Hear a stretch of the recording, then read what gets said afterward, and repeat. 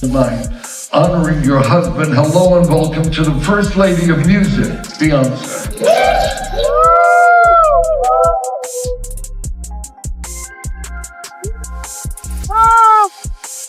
Davis Party is always a highlight of Grammy weekend. The anticipation for the big show on Sunday reached a fever pitch with just the mention of two names. We hear that Beyoncé and Jay-Z are opening the show. What's your reaction to that? About time. Ooh, that's going to be hot. That's going to be fantastic.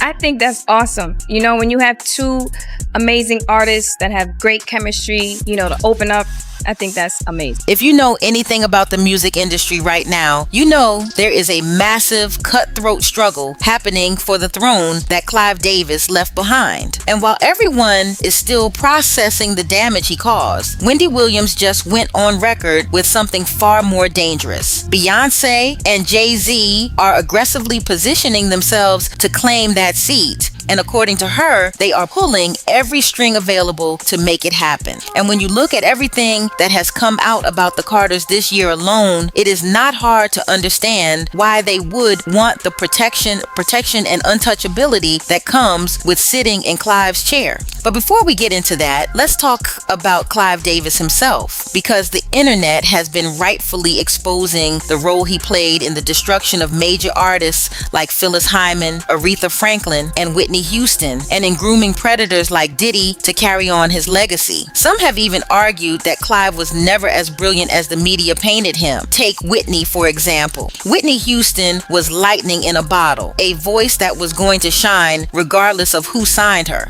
Clive just happened to be in the room. Word is, he did not even want her to do The Bodyguard, believing acting would damage her career. It was only after hearing the soundtrack that he got on board. Many have pointed out that his entire strategy was to whitewash black artists for mainstream consumption, which is exactly why he could never work with Phyllis Hyman, who refused to compromise her sound or her image. He reportedly tried to replicate Whitney's formula with Shanice, Jennifer Hudson, Monica, Leona Lewis, and Deborah Cox, and eventually gave up when he realized it simply could not be done. But regardless of how you feel about his legacy, one thing was universally understood. Clive Davis had power and control that stretched far beyond Columbia Records and made him one of the most untouchable men in the history of music.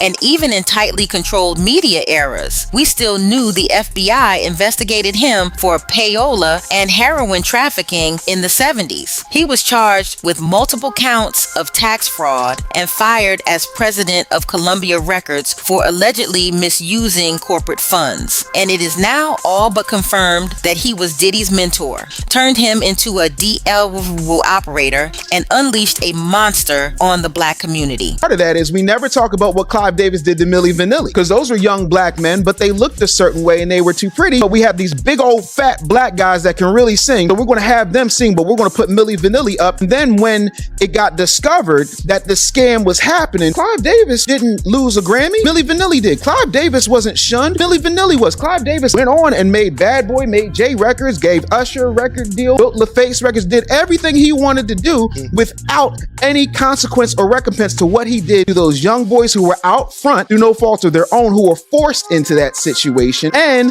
the fat black kids who were in the back singing. When Diddy's RICO case was unfolding, rumors circulated that the raid was actually designed to cover the trails leading back to Clive and other music executives who were growing increasingly nervous about Diddy's spiraling behavior. Word is, Clive may have quietly encouraged Cassie to file her lawsuit, which would explain why she moved forward with such confidence, knowing there was powerful backing behind her. And if this is what we already know, imagine what has not surfaced yet, because beyond Clive walking away untouched, the entire industry was terrified of him. Nobody wanted to cross him because one phone call from Clive Davis could end a career overnight. They claim he was one of the most evil producers in the game, right?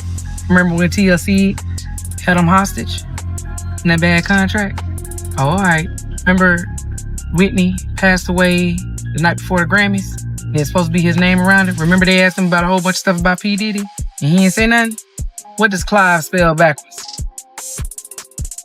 And being on his good side came with extraordinary rewards, label attention, resources, and opportunities that most artists could only dream of. So with Clive finally gone, the question hanging over everything is who steps into that vacuum? For Wendy, there is zero doubt in her mind. Jay-Z is already one of the primary gatekeepers of this industry, a rapper who smartly pivoted to the business side of music, married Beyoncé, and together built an empire where everything has a price tag.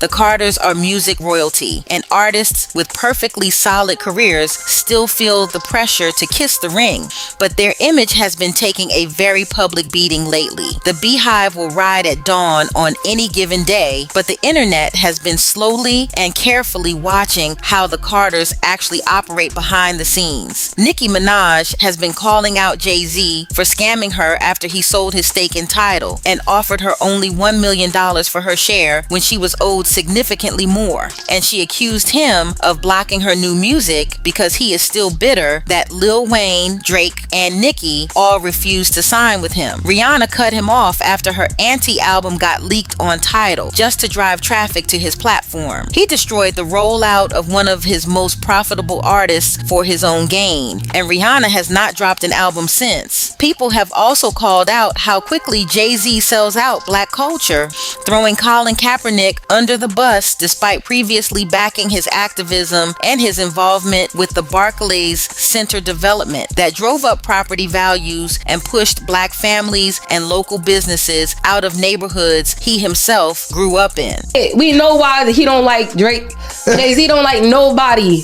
And that's the word on the curb, Uncle Ho. They say you don't like nobody. If somebody starts to get a little too this, that, and the fourth, you making a call. You making a call.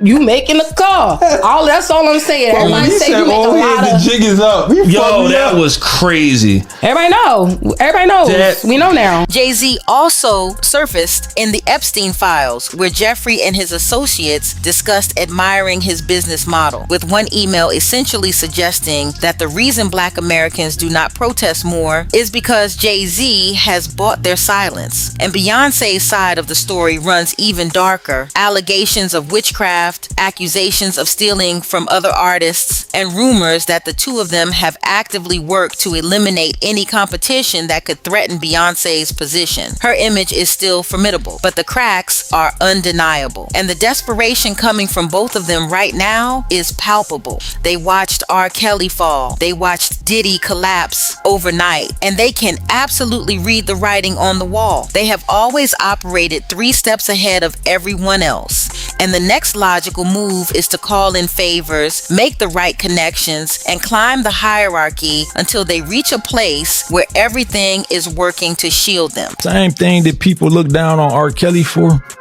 Jay-Z was engaged in the same type of activity. So my only point was, why y'all still honor him? Because y'all think he didn't, or because y'all don't know?